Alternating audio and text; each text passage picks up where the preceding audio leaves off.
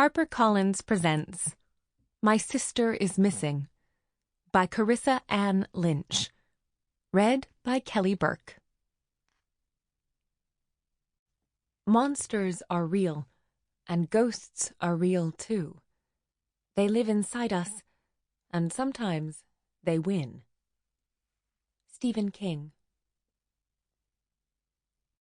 Chapter 1. That old saying, "You can never go home again," tickled the edges of my memory and floated on the back of my tongue as I accelerated through the bare border welcome sign in my rented Honda Civic. The car was supposed to be the luxury option. Stupid me. I'd actually expected something fancy like a Rolls-Royce. The Honda wasn't bad looking, but as soon as it hit 45 miles per hour, the doors had begun to rattle and shake, the wheels threatening to tumble loose, and the peppery must of cigarette smoke from the previous driver was making my temples ache.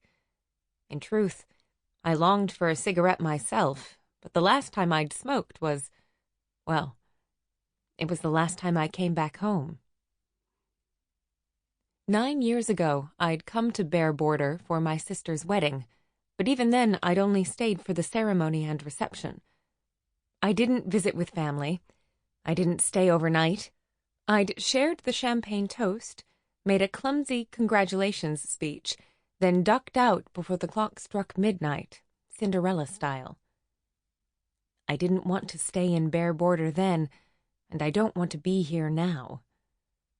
But Madeline had asked me to come, not just for a visit, but to stay for a while, however long a while meant. She wanted to talk to me about something, but not over the phone. My big sister had never been the mysterious type. In fact, she was pretty terrible at keeping secrets, or at least the old version of her used to be, the one I remembered from my childhood. What do I really know about her now, besides the fact that she's a mother and happily married? I don't know what I was expecting when I passed through the entrance to my hometown. Storm clouds and thunder? An ominous feeling in the pit of my stomach? The theme song to Stranger Things prickling my subconscious? What I found instead was a scene from a movie script, but not the creepy, menacing variety. The afternoon sky was a silk-screen blue, the sidewalk teeming with children on bikes and tiny mazes of houses puckered out between the only buildings in town, Maggie's Mart, the elementary school, the library, the post office, and a couple of fast food joints.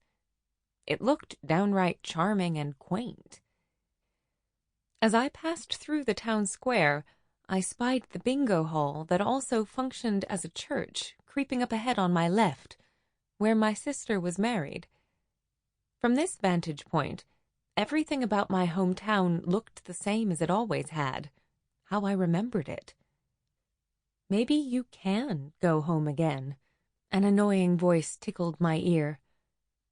I think the expression means that you can go home, but it will never be the home you remember. Nothing is static. Everything looks different through a child's eyes. But in my 29-year-old periphery, nothing about Bare Border had changed. But then again, this was as far as I'd been in just under a decade. Run-down storefronts and residential houses faded away as I navigated up the steepest hill I'd ever climbed in my life. Even though it had been a long time, I knew I had to speed up or else risk rolling backwards. I punched the pedal to the floor, revving the engine up the twisty incline, instantly shifting around the once familiar curves from my past. The Honda rattled dangerously as I gripped the wheel with both hands. It's not until I reached the top of Star Mountain, as the locals called it, that I realized I'd been holding my breath. I hadn't tackled this hill since I was 20 years old, and when you're 20, nothing seems scary. But now it wasn't the climb itself that gave me a jolt, but the drop-off on either side of it.